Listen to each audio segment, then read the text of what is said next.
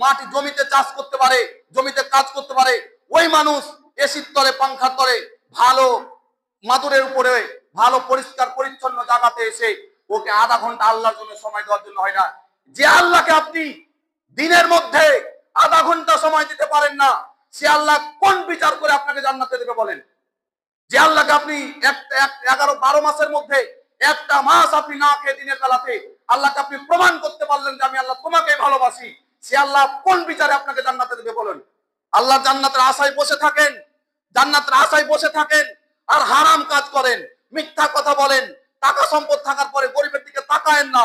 আল্লাহর জান্নাত বসে আছে। ওই একটা মা মাওলানা বলেছিল, জান্নাতের আশা করছেন বাপজি, জান্নাত আপনাকে গুলা খাওয়াবে ছাত্রর মতো। জান্নাত, জান্নাতটা শ্বশুর বাড়ির আবদার নয়, গেলেই আমি দেশি মুরগির মাংস দিয়ে ভাত খেতে পাবো। জান্নাত এমন নয়, জান্নাত দুনিয়াতে বেঁচে থাকতে থাকতে অর্জন করতে হয়। মরার পরে কোনো মানুষ জান্নাতে যাবে, তার ঘর তৈরি হবে, বিষয়টা এমন নয়। দুনিয়াতে মানুষ বেঁচে থাকে, আমি যতটুকু হাদিস কোরআন বুঝেছি, দুনিয়াতে মানুষ বেঁচে থাকে, থাকতে থাকতে তার জান্নাতে ঘর তৈরি হয়। মরার পরে মানুষের জান্নাতে ঘর তৈরি হয় না। আর কিভাবে বুঝাবো বলুন? আপনি জান্নাতের ঘর এখনো তৈরি করে নিয়েছেন? আপনি 20 বছর বাস করবেন, আপনার বয়স এখন 60 বছর বয়সে আপনি ছাদ ঢালাই করছেন, বাড়ি করছেন, 20টা বছর হয়তো আপনি লাস্টিং করবেন না। এজন্য কত রংচং করে বাড়ি করছেন।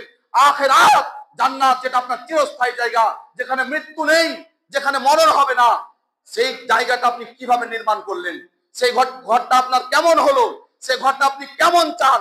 সে ঘরটা আপনার কিভাবে দরকার? আপনার এয়ার কন্ডিশন দরকার নাকি আপনার আগুনের জাহান্নাম দরকার? আপনার বিবেক দিয়ে আপনি প্রশ্ন করুন, কতটুকু করেছেন আপনি জান্নাতের তৈরি ঘর? পৃথিবীর মানুষ যদি এই পৃথিবীকে যদি 72 বার বিক্রি করা হয়, একবার ক্রয় একবার বিক্রয়, একবার ক্রয় একবার বিক্রয়, শুধু 72 বার কেন, 100 বার কেন, 1000 বার যদি পৃথিবীকে কিনা বেচা হয়, এরপরেও জান্নাতের একটা ইটের সমান দাম হবে না। বলি সুবহানাল্লাহ। একটা ইটের দাম যে জান্নাতের হবে না, এই পৃথিবীকে 1000 বার বিক্রি করলেও সেই জান্নাতে আল্লাহ রাব্বুল আলামিন ফ্লোরের পর ফ্লোর, ফ্লোরের পর ফ্লোর আমাকে প্রদান করবেন। কিসের বিনিময়ে বলুন তো দেখি? ইবাদতের বিনিময়ে, আল্লাহর রহমতের বিনিময়ে, আল্লাহর করুণার বিনিময়ে। আর আল্লাহ রাব্বুল আলামিন দয়া করুণা তাদেরকেই করে যারা আল্লাহ ছাড়া কিছু বুঝে না। এটা হলো মানুষ, সেই মানুষ যারা জান্নাতে মানুষের লক্ষণ। আজকে আমরা কতটুক ভাবে, কত সৎভাবে চলছি? সম্মানিত উপস্থিতি, আর লাইলাতুল কদর আসছে। যাকাত শুধু রমাদান মাসে দিতে হবে বিষয়টি এমন নয়। অনেক ব্যক্তি আছে যারা একটু ভালো পবিত্রতার সাথে, সুস্থ এবং পরিচ্ছন্নতার সাথে হিসাব নিকাশ করার জন্য তারা যাকাতকে রমাদান মাসে বের করে। গত জুমা যাকাত তাদের উপরে ফরজ। কমসে কম যাদের বাড়িতে টাকা জমে আছে 6 মাস, 7 মাস, 8 মাস, 1 বছর ধরে, যাদের বাড়িতে 52.5 ভরি চাঁদির পয়সা, 52.5 ভরি চাঁদি বর্তমান বাজার দর হিসাবে যা আছে, 52.5 ভরি চাঁদির পয়সা যদি কোনো মানুষের বাড়িতে 1 বছর ধরে জমা থাকে, তার উপরে যাকাত খরচ। হিসাব আপনি কোনদিন করেছেন? তার মানে 2-4 লাখ, 3-4 লাখ টাকা থাকলে আপনার উপরে যাকাত খরচ আছে। দিয়েছেন আপনি 10 লাখ টাকার আপনি জমি ক্রয় করছেন, করেন। 20 লাখ টাকার জমি ক্রয় করছেন, করেন, আমার সমস্যা নেই। আল্লাহরও কোনো সমস্যা নেই, পৃথিবীর কোনো মানুষের কোনো সমস্যা নেই। তবে আপনার বাড়িতে 5 লাখ 7 লাখ টাকা জমা থাকার পর আপনি যাকাত বের করলেন না কেন? একদা রাসূলুল্লাহ সাল্লাল্লাহু আলাইহি ওয়াসাল্লাম একজন মহিলার হাতে বালা দেখলেন, স্বর্ণের বালা। আল্লাহ রাসূল সাল্লাল্লাহু আলাইহি ওয়াসাল্লাম জিজ্ঞাসা করছেন, এই বালা থেকে কি যাকাত বের করা হয়েছে?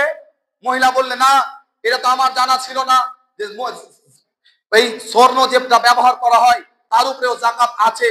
আল্লাহ রাসূল সাল্লাল্লাহু আলাইহি ওয়াসাল্লাম বললেন, তুমি যদি যাকাত না বের করে থাকো, তাহলে তুমি তৈরি থেকো জাহান্নামের আগুনের একটি বালা পরিধান করার জন্য। জাহান্নামের একটি বালা পরিধান করার জন্য, চুড়ি, একটি জাহান্নামের আগুনের তৈরি করা চুড়ি পরার জন্য তুমি তৈরি থেকো।